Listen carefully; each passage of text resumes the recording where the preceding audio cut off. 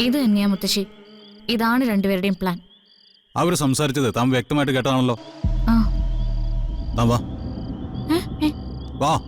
എങ്ങോട്ടാ? അച്ഛന്റെ റൂമിലേക്ക്. എടോ, അച്ഛനല്ലേ പൂജാ കാര്യങ്ങളൊക്കെ ഏർപ്പാട് ചെയ്യുന്നത്. ഇവിടെ നടക്കുന്ന കാര്യങ്ങളൊക്കെ അച്ഛനും കൂടി അറിയട്ടെ. എന്നിട്ട് അവർക്കെതിരെ എന്ത് ശിക്ഷാ നടപടി സ്വീകരിക്കണമെന്ന് അച്ഛൻ തീരുമാനിക്കട്ടെ. മണ്ടത്തരം പറയാതിരിക്കെ. ഉർവശിയും കൽപ്പനയും നിസാരക്കാരല്ല. അവര് സംസാരിച്ചതിന് എന്തെങ്കിലും തെളിവുണ്ടോന്ന് ചോദിച്ചാല് രാധിക കേട്ടു എന്നല്ലേ പറയാനുള്ളൂ. അവര് കൃത്യമായിട്ടത് നിഷേധിക്കുകയും ചെയ്യും. എന്നിട്ട് രാധികയുടെ ശരീരത്തിലുള്ള ആത്മാവ് അവർക്കെതിരെ സംസാരിക്കുകയാണെന്ന് പറയും. അപ്പൊ നീ എന്തു ചെയ്യും? എന്റെ മുത്തശ്ശി അങ്ങനെ പറഞ്ഞ രണ്ടിന്റെ കഴുത്ത് ഞെരിക്കും ഞാൻ. ആ, ഇതാ പറഞ്ഞത് ഇറങ്ങി പുറപ്പെടണ്ടാന്ന്. എടാ, ഇങ്ങോട്ടൊരു ചതിയാണ് പ്രയോഗിക്കുന്നതെങ്കിൽ അങ്ങോട്ടും അത് തന്നെ വേണം എന്ന് പറഞ്ഞ അവരൊരു തന്ത്രത്തിലൂടെ നമ്മളെ കുടുക്കി. നമ്മൾ പ്രയോഗിക്കുന്ന തന്ത്രത്തിൽ നിന്നും അവരൊരു കാരണവശാലും രക്ഷപ്പെടരുത്. അതിലിപ്പോ എന്ത് ചെയ്യാനാ മുത്തശ്ശി? ഇതിലിപ്പോ പ്രധാനമായിട്ടുള്ളൊരു കാര്യം പത്മിനി അവരെ വിശ്വസിച്ചു എന്നുള്ളതാ.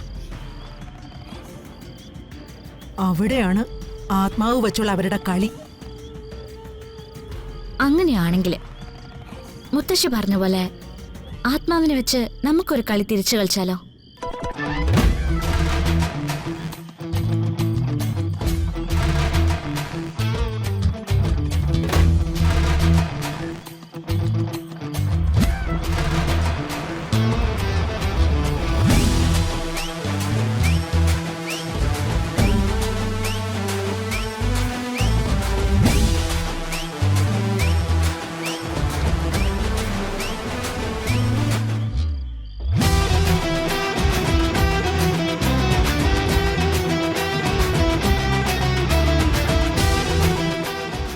എങ്ങനെയുണ്ടാവും?